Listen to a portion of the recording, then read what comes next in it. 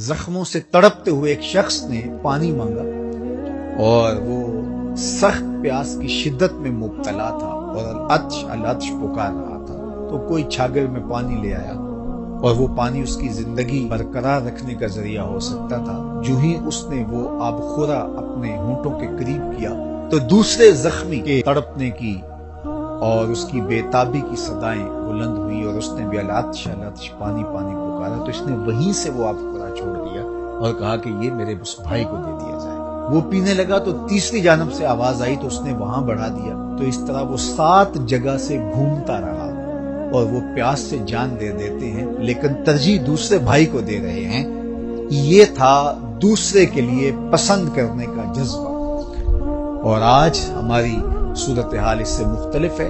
اس لیے آج ایک ماں کے بیٹے، ایک باپ کے بیٹے ایک دوسرے کے لیے سینوں میں نفرت رکھے ہوئے زندگی کو کتنی تلخی سے بسر کر رہے ہیں۔ زندگی محبت سے گزرتی ہے، نفرتوں سے نہیں گزرتی۔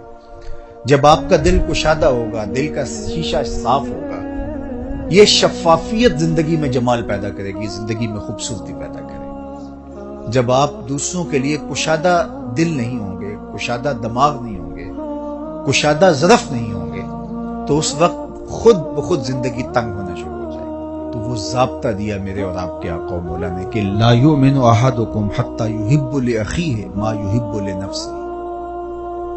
خوبصورت معاشرت کی ضمانت ہے حضور علیہ السلام کا یہ فرمان۔ یہ دلوں کی تختیوں پہ نقش کر لیجئے اور اس کو زندگی کا منشور بنا لیجئے۔ زندگی سوکھی بھی ہو جائے گی اور آپ ایک نافع وجود کی شکل میں اس معاشرے کا حصہ ہوں گے۔ اور وہ کیا ہے؟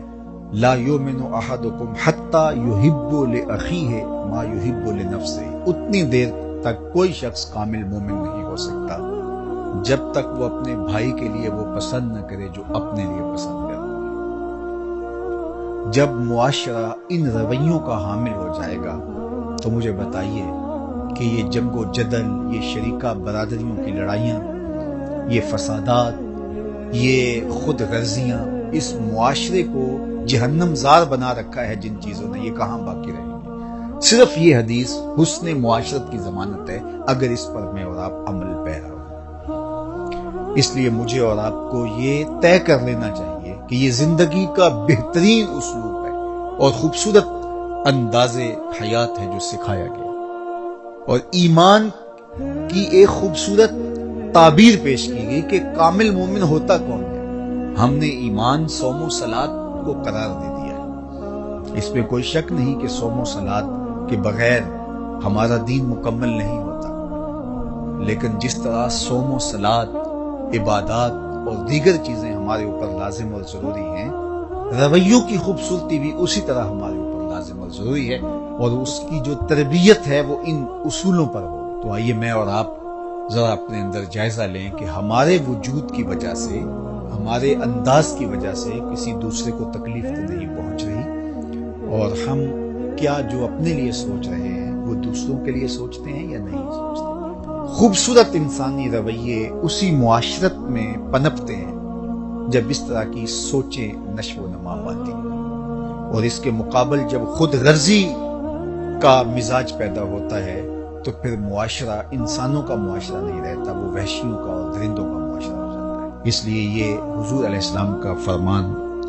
کہ اتنی دیر تک کوئی شخص کامل مومن نہیں ہو سکتا جب تک وہ اپنے مومن بھائی کے لیے وہ پسند نہ کرے جو اپنے لیے پسند کرتا ہے۔ ہمیں پتہ ہے کہ ہمارے لیے اچھا کیا ہے اور ہم کن چیزوں سے سرشاری خوشی اور فرحت محسوس کرتے ہیں، اور ہم وہی اپنے دوسرے بھائی کے لیے جب کریں گے تو ایک صالح معاشرت تشکیل پانا شروع ہوگی، اور یہ مقصود ہے دین کا، ایک پاکیزہ معاشرہ تشکیل پانا، دوسرے کو ترجیح دینا، ضرورت ہوتے بھی دوسرے کو ترجیح دینا۔